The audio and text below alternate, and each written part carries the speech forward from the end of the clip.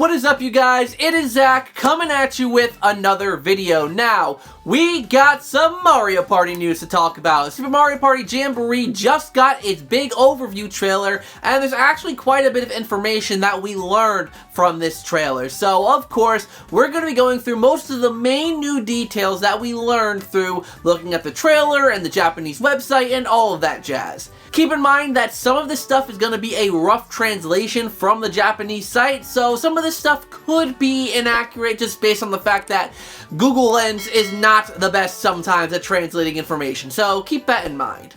But without any further ado, let's get talking about certain topics about Super Mario Party Jamboree that we had just learned. Let's start off with the party mode. In the party mode, we didn't learn too much more about the boards because really, we got a main gist of what the boards are going to be about. We know all the boards, we know all their gimmicks, and they're all still looking really good. The one new thing-ish that we did kind of learn on Goomba Lagoon, I always kind of wondered what happens when the water floods out the areas, where the spaces are kind of on the lower area. Well, when it floods, and if you're in that area, Lakitu will come and pick you up and bring you to the nearest island. So there you have it. That's what happens when you're submerged in water on Goomba Lagoon. You just get brought to a different part of the board. Next up, we learned about one of the allies' abilities. Now, I do believe we did see something about this in previous trailers, but we get to see it in action here. Yoshi's ally ability is he will steal, well, not actually steal, he'll copy an item from someone else's inventory and put it into your own. I'm assuming you can activate this on the beginning of your turn and choose an opponent. It's kind of like a plunder test in a kind of way. I don't know if you could choose the item from the inventory or if it'll be something random. We'll have to wait and see, but pretty cool stuff here. Next up, we get to see a new item, or actually kind of two. Tris, my good buddy Toon Tris, actually pointed this out to me in a group chat that we're in together, that there seems to be a green variant of the dueling glove. I don't know what this could be. Something that I think it could be, which I think would be kind of the cool way to go about it, is a star dueling glove, to where instead of dueling for coins, you duel for stars. That would be amazing if there's a star dueling glove. Oh, that would be the peak perfect item, and I do think we need that. But enough speculation on that item. The actual new item that we have confirmed here is the cellular shopper from Mario Party 3 returns. Now, we did see the Bowser phone returning, so it only makes sense that the cellular shopper returns as well, and honestly, really cool item to have back. Very happy to see it return. Probably one of the biggest things that we learned about the party mode is that there's actually going to be some customizations about the way that you can play party mode. Nothing super freeing or anything like that, but we do see that there are two types of party modes. There's the regular party mode where you just pick how many turns you want to play and all that jazz, but there's also something called Championship mode.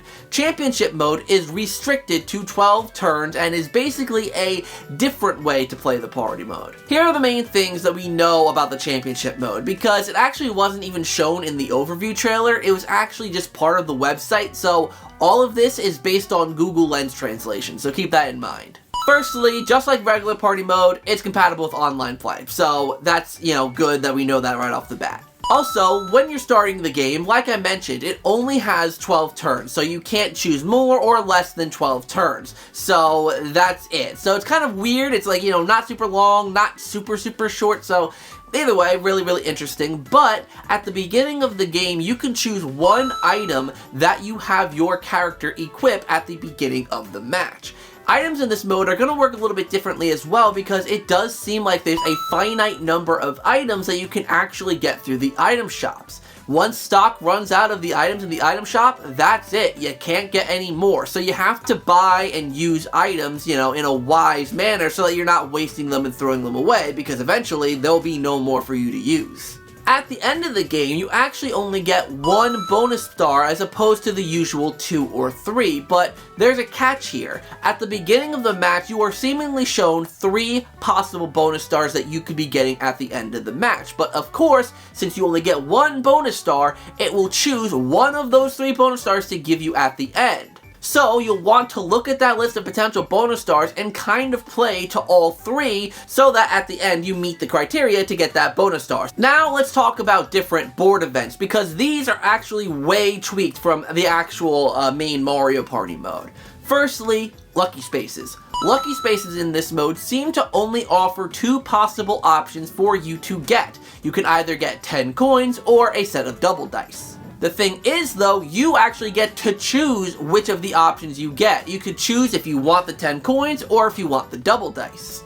As opposed to traditional Mario Party gameplay where the item that you get from the lucky space is chosen at complete random.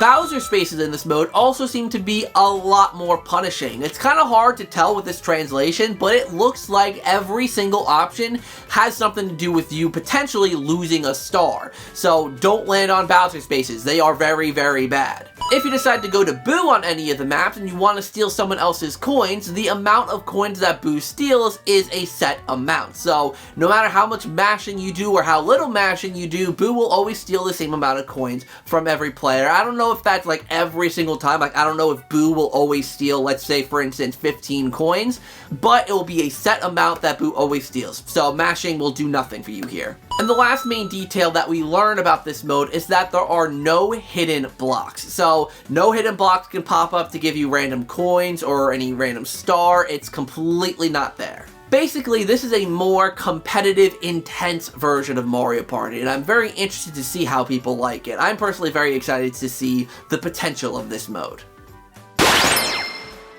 Minigame-wise, there's actually not that much more here, because we actually already have a pretty solid grasp on most of the minigames, but we did learn the name of that Yoshi riding minigame, and it is called Yoshi's Mountain Race. And as we all know, it's about racing your Yoshi to the end of the course. And as we also, put together, it is also Yoshi's ally minigame. So you beat that minigame, you get Yoshi as an ally. Pretty cool stuff. And we get to see that Waluigi pinball minigame a bit more. No name was really revealed for this one, but in this one, your objective is to use your pinballs to collect all the Waluigi tokens that have a certain amount of points written on them, and obviously, whoever has the most points at the end of the minigame will win Waluigi. Really cool stuff here. Like, all these ally minigames are looking really freaking good. Alright, if you like motion controls, this next segment is just for you because there's a lot of motion control stuff here for those of you motion control enthusiasts. Now, there's a few different modes, at 3 to be precise, that you can actually play, all with motion controls. Firstly, we have Paratroopa Flight School. Here, it is all about using, some Joy-Cons to flap your wings to fly your character around. There's a couple different modes within this mode. There's a free flight mode, which basically is what it sounds like. You get to fly around freely, collect some coins, etc., etc. There's also a 2-player cooperative mode called Koopa Paratroopa Taxi Service, or something like that, where basically it's Crazy Taxi. You and a partner are working together to flap your wings and get different characters to different locations on the map. Like I said, it's just like Crazy Taxi. Actually, I feel like I made that prediction in a live stream way back that was going to be a Crazy Taxi-like thing, so pretty freaking cool. Lastly, there's a 2-player competitive mode called Sky Battle where you face off against one other person, and obviously since this is motion controls, it's all local co-op, no online, where you're flying around and trying to collect all the bitty buds that you can. You do that by just kind of flying into them, fly around and collect as many as you can. I probably won't be playing this mode just because I don't really care about motion controls, but it does seem like a pretty cool mode. Next up, we got Toad's Item Factory. Now this mode's really interesting. This is a kind of puzzly-like mode where you are working cooperatively with 3 other people to move a ball from one end of the stage to the other, and you do that by using your Joy-Cons to raise and lower platforms, tilting things to hit the ball around, shooting cannons. There are lots of different ways to get this ball around, and it's a heavily cooperative mode like I said. There's 30 stages in total, so it seems like it'll be a pretty cool time. I don't really know how replayable, how fun this mode's gonna be, but if you got some people with you, again, because this won't be online, seems like a pretty cool little mode. And lastly, we got Rhythm Kitchen, which basically is the rhythm mode from Super Mario Party, even down to the Waluigi rhythm minigame. It's basically the same thing, but pretty cool. All the animations and the set design of the kitchen is really, really good. I think this looks like a fun mode. I personally liked the rhythm minigame in, or the rhythm minigames in Super Mario Party, so really cool to see them return. Okay, this next point is actually kind of a disappointment. We actually did learn in the trailer that obviously the Bowser Kaboom Squad mode supports 8 players with friends online. but they also did say that 8 players with friends online also applies to the Koopathalon mode. So it seems like with the Koopathalon mode, you can only play with 8 friends online, which is really weird for like this 20-player mode thing. I mean, 8 players is still like, you know, obviously it's more than 4. It's not horrible, but the mode was designed with 20 people in mind, so I don't know, can you create room codes that anyone could join, or do you have to hope if you want more than 8 people that you just land in the same lobby randomly online? It just really seems like, I don't know if it's an oversight or if something just didn't work with it, but I don't know, that is actually kind of a disappointment. I'm really upset that it doesn't allow 20 players with friends online, at least seemingly. Maybe there's a workaround, maybe there's a way to do it, but I don't know, it's pretty disappointing. Lastly, and one of the biggest things, is that we do get a look at the single player mode, because yes, this game will have a single player mode, and it is really freaking interesting. They seem to be combining a lot of different elements from a lot of different Mario Parties, which seems to be a theme with this game, if I may add. Like, there's a lot of different ideas from all across the series really thrown in and mixed together in this game, and I'm really, really excited that they're doing this. Firstly, it seems like the story mode will take place on the 5 new boards. So Western Land and Mario's Rainbow Castle will not be part of the story mode. So I wonder if those will have different criteria to unlock them, because I'm assuming King Bowser's Keep you probably unlock through the story mode, but maybe you use your party points to unlock the retro boards? Maybe, that would be pretty interesting, but nevertheless, on these 5 boards, it seems to be kind of free roam, where you can wander around the course as you may, and you actually talk to the characters on the board and do specific tasks for them. For example, you could talk to a Shy Guy, and he needs a log for something, and you have to run to the other side of the board to get the log for him and bring it back. Or there could be another mission where you're obtaining an item from Koopathalon for Toad, so it seems very much like Mario Party Advance, where you're seeing certain characters on certain parts of the map, and then running to a different part to complete a mission for them. So the fact that they're kind of pulling from Mario Party Advance for this game is absolutely mind-blowing, but there are other missions that you complete in the game where you are competing in mini-games, and when you compete in these mini-games, you are earning mini-stars. Mini-stars from Mario Parties 9, 10, Island Tour are returning.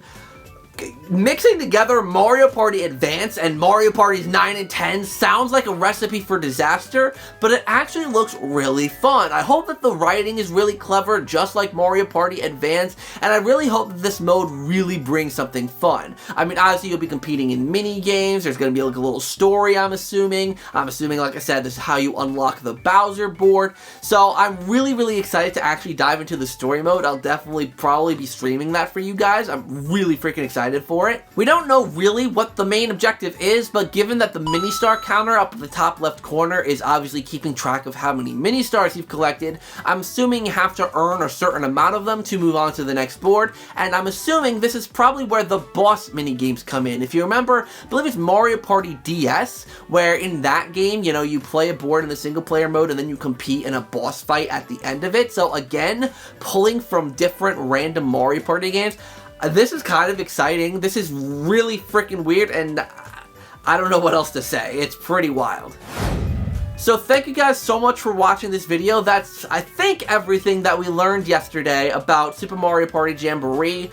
A lot of information is really coming out now, and I do feel like we are getting to the point where there's really not much more that can come out. We know the single player mode, even though there could still be more details explained on that. We know all the side modes. We know basically all the mini games. We know all the boards. We're getting so close. We're almost there, just a few mere weeks away, and I'm very excited, and I know you guys are as well. And if you are excited, definitely drop a like on the video and subscribe so you can stay tuned for more Mario Party content in the future. And tickle that notification bell so you can be notified of when I upload videos. Check out Monday's video if you haven't done so already about the Nintendo Switch 2 and what I want them to do within the first year of the system's launch. And anyways, you guys, I will see you all in the next video.